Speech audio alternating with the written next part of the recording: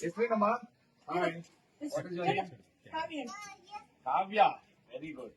How old are you? ಎಷ್ಟು ವಯಸ್ಸಮ್ಮ ನಿನಗೆ? 26. ಎಷ್ಟು ವಯಸ್ಸು? 26. ಮಾತಾಡಲ್ಲ?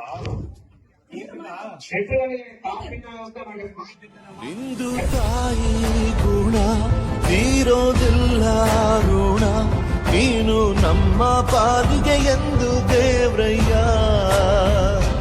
ತಾನು ನೋವಾ ನುಂಗಿ ಜೀವ ನೀಡೋ ಮಗ ನಿನ್ನ ಪಡ್ಕೊಂಡಿದ್ದ